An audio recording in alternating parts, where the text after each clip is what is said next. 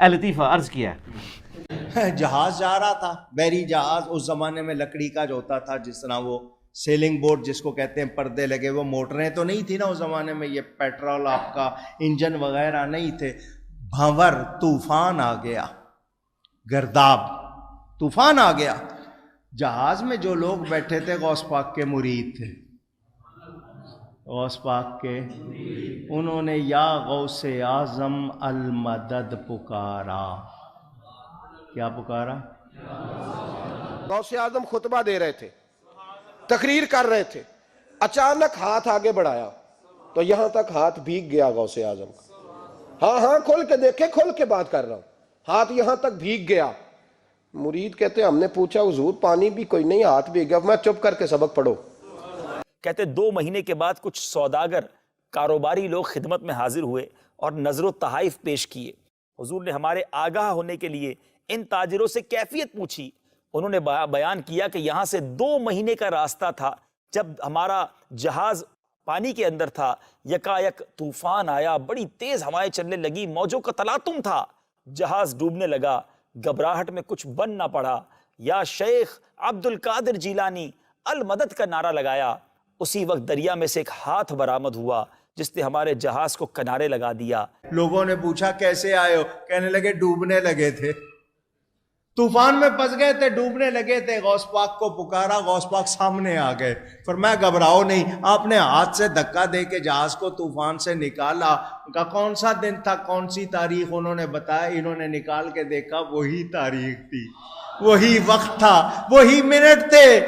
اب میں تھوڑی سی انجینئرنگ کروں، میں کسی کو تو کچھ نہیں کہتا، میں اپنے آپ کو ٹارگٹ کرتا ہوں کہ اگر میں اللہ کا ولی ہوں، میں غوث کتب اور ابدال ہوں، تو مجھ پہ اللہ کی لعنت ہے کہ نبی علیہ السلام کے نالین شریف چوری ہو جائیں، اور میں تو جناب نگاہ مارتا ہوں تو 7 زمینوں کے نیچے دیکھ لیتا ہوں، اور نگاہ مار کے جناب وہ میں عرش بھی پڑھ لیتا ہوں اور لوح محفوظ بھی، تو میرے پہ اللہ کی لعنت ہے اگر میں نبی علیہ السلام کے نالین شریف تلاش کر کے اس علم غیب کے ذریعے واپس لا کے میڈیا میں پیش کر کے پوری کی پوری قوم کو بریلوی اور بزرگوں کا ماننے والا نہ کر لوں۔ لعنت ہے کہ نہیں؟ میں کسی پہ نہیں کر رہا، میں اپنے پہ لگاتا ہوں کہ اگر میرے پاس یہ کچھ ہو۔ اے جڑے منڈے کمپیوٹر جان دیو، میں تو حدیثاں پڑھ کے لمیاں دھاڑی راتی میں یہ دین ہی پڑھنا، تو جو میرے کو ہے میں تو سنانا۔ تے جڑے منڈے تسی کمپیوٹر جان دیو، وڈے وڈے انجینئر ہو مسلمانوں دے بچے، تسی کیوں نہیں ہو گستاخاں نو مطلب ہے انہاں دیاں ویب سائٹاں انہاں دیاں برباد کر دے، تسی اپنے بٹن دباؤ انہاں دی ہر شے تباہ کر دیو۔ تانوں رب نے فن دتا، سانوں دسو جتے ساڈی لوڑ ہے۔ اور میری بزرگی پہ بھی لعنت ہے کہ میں اگر نگاہ مار کے یہ کچھ کر دیتا ہوں تو میں یوٹیوب سے نبی علیہ السلام کے اوپر جو گستاخانہ فلمیں چڑھی ہوئی ہیں میں ان کو ڈیلیٹ نہ کروا سکوں، تو لعنت ہے میری اس بزرگی کے اوپر۔ وہ کہتا ہے جی اے بابے جو سچے جی، تے میں سن رہا تھا مجبوراً، کہنے لگا جی بابے سچے ہیں تو مینار پاکستان سے آ کر چھال مارو، تے پھر بابے نو کہو نا جی بچاؤ، تے بابے بچا لین گے، تے میں مان لواں گا جی بابے سچے نے سارے، تے میں کیا پھر تو بڑا چلا آدمی، تیرے کول تے اتنی عقل نہیں ہے۔ میں کہا تو انی گل کر دیں، بابے نو آواز ماریے، اے اسی بعد ہی گل کریں گے، تو توحید دا ٹھیکہ چکیا ہے، تو مینار پاکستان تو چھال مار رہا، تو کیا یا اللہ مینوں بچا لے۔ ٹھیک ہے، اگر آپ کہیں اللہ کیوں نہیں کرواتا، اللہ نہیں کروائے گا سر۔ اللہ نے تو حسین کا سر کٹتے ہوئے بھی دیکھا ہے، اللہ نے تو کعبے کے اوپر چڑھائی ہوتے بھی دیکھی ہے، دنیا اللہ نے رکھی ہے بقدر ایفرٹ، لیکن آپ کا دعویٰ ہے کہ آپ کے بابے یہ سب کچھ کرتے ہیں، اوکھے ویلے بزرگ کام آتے ہیں، تو دعویٰ چونکہ آپ کا ہے، اللہ کا تو دعویٰ ہے ہی نہیں ہے۔ کس آیت میں لکھا ہے کہ بسم اللہ پڑھ کے ساکٹ میں 2 انگلیاں دو تو کرنٹ نہیں لگے گی؟ کوئی نہیں۔ دعاؤں کا بھی پتہ ہے آپ کو آیا ہے، اگر کوئی بسم اللہ الذی لا یضر پڑھ کے خود کوبرا سانپ کے آگے ہاتھ کرتا ہے نا، پھر وہ اس کے اوپر دعا ختم ہو جائے گی، وہ اپنے اوپر تقدیر خود غالب کروا رہا ہے۔ یہ اسی لیے اس میں الفاظ ہے ناگہانی آفت، ناگہانی کا مطلب سمجھے۔ اگر ایک بندہ کہتا ہے میں نے اعوذ بکلمات اللہ پڑھا اور میں جا کے بچھوؤں کی سرزمین میں جا کے چھلانگ مار دوں، ایسا تو نہیں ہوگا، وہ خود اپنے اوپر تقدیر غالب کروا رہا ہے۔ جو اپنے اوپر تقدیر خود غالب کرواتا ہے نا، پھر دعا والا اس سے سایہ اٹھ جاتا ہے، کیونکہ جب آپ خود مرنا چاہ رہے ہیں تو ٹھیک ہے مرو پھر۔ تو میں کہتا ہوں میری بزرگی کے اوپر لعنت ہے کہ میری بزرگی ہے، میں نگاہ مار کے یہ کرتا ہوں اور میں یوٹیوب سے ویڈیوز نہ ڈیلیٹ کروا سکوں نبی علیہ السلام کی۔ اوکھے ویلے بزرگ کام آتے ہیں۔ سر یہ اب آپ بھی ذرا سوچیں کہ آپ نے ان لوگوں کے بارے میں اتنا کچھ کلیم کیا ہوا ہے، یہ کہاں کے عاشق رسول ہیں؟ اگر یہ ویڈیوز نہیں ڈیلیٹ کروا سک رہے. ہمیں تو اختیار ہوتا, ہم تو ایک نگاہ مار کے کرتے ہیں, ہم کہیں گے جی لعنت ہماری بزرگی کے اوپر. اور میرا آخر میں معصومانہ سوال ہے, اگر اس طرح چیزیں ٹلتی ہیں تو یہ مزاروں کے اوپر بم کیوں پھٹ رہے ہیں؟ تو یہ فوراً کچھ شیطان کہے گا اور یہ کعبے بھی تک کرین ڈگی سی نا.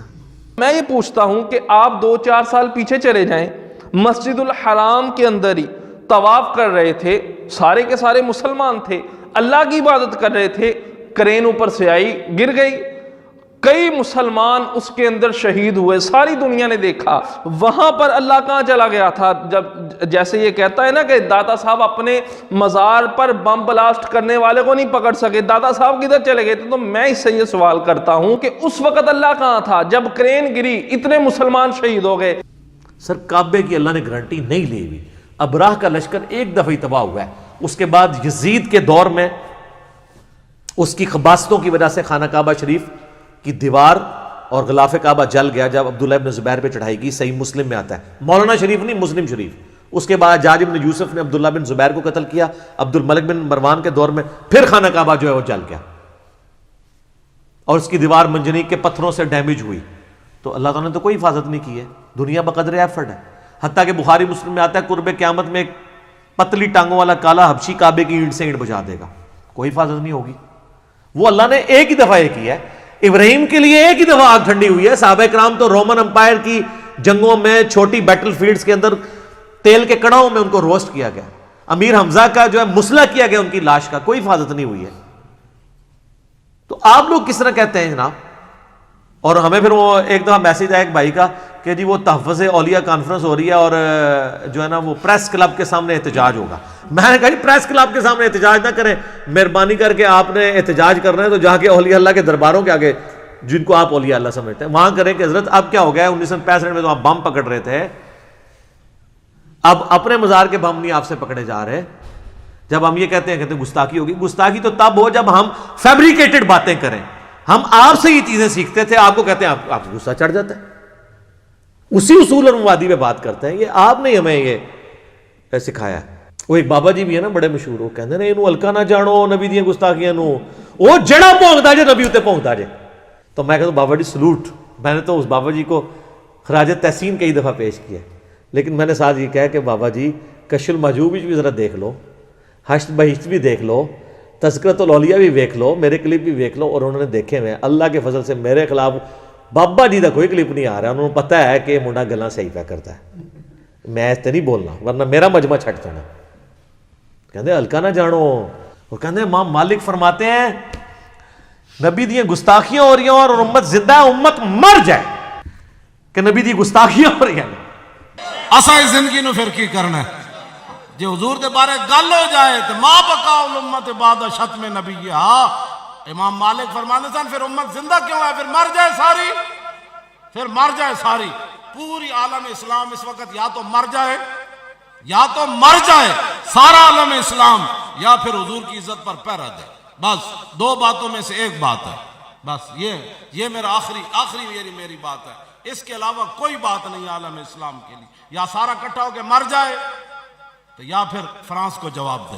تو میں نے کہا بابا جی امت بعد مرے, پہلے وہ بابے مرن جنہوں نے ڈیوٹیاں سنبھالیاں نے. کہتے نا ہر علاقے میں ایک بزرگ کی ڈیوٹی ہے, اوکھے ویلے بزرگ کام آتے ہیں.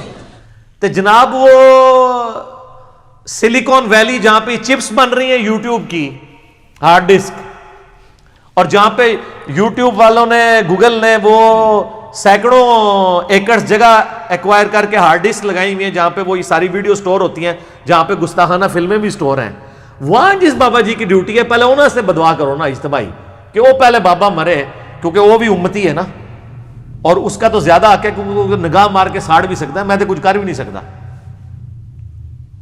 تو یہ کہنا چاہیے کہ امت دے سارے غوث کتب ابدال مر جان کہ نبی دی گستاخیاں ہو رہی ہیں, اور نگاہ مار کے ڈیلیٹ نہیں کراندے ویڈیو جڑی نبی الاسلام کے خلاف یوٹیوب کے اوپر سوشل میڈیا پہ چل رہی ہیں.